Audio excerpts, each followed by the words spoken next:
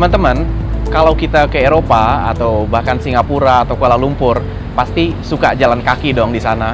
Dan kita seneng banget jalan kaki kalau di luar negeri, sampai kita nggak sadar bahwa kita tuh udah sampai berkilometer-kilometer, nggak capek-capek. Nah, kalau di Jakarta, kenapa kita kok kayaknya kurang suka jalan kaki ya? Bahkan cuma mau ke minimarket dekat rumah aja, itu kita ambil motor atau naik kendaraan. Apa sih masalahnya? Padahal di Jakarta sekarang udah mulai banyak trotoar-trotoar yang lebar, yang rata, yang rada bagusan. Nah, apa yang kurang dari trotoar di Jakarta? Ada yang bilang dia itu kurang active frontage. Nah, apa sih active frontage ini?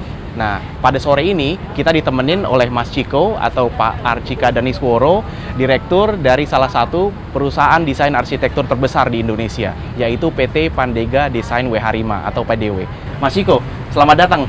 Makasih ya udah datang di sini. Sama-sama. Kita mau ngobrol soal active frontage. Nah, saya belum tahu nih Mas, apa sih yang dimaksud dengan active frontage dan apa hubungannya sama jalan kaki? Ya, jadi active frontage itu adalah suatu bukaan. Nah, bukaan itu dapat berupa suatu jendela, suatu celah, suatu pintu di muka bangunan di mana para pejalan kaki itu akan berlalu lalang. Nah, di Jakarta memang kurang, karena selama ini dari trotoar kita langsung berhadapan dengan pagar bangunan yang solid, tidak ada bukaan, jadi tidak fun gitu, dan juga tidak aman bagi para pejalan kaki.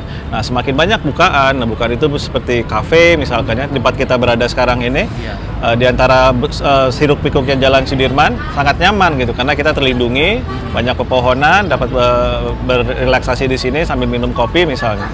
Nah, bayangkan bila area-area seperti ini akan lebih banyak sepanjang perjalanan pejalan kaki, dia akan merasa lebih fun, sehingga dia akan terpacu untuk menggunakan trotoar untuk berjalan mencapai tujuannya.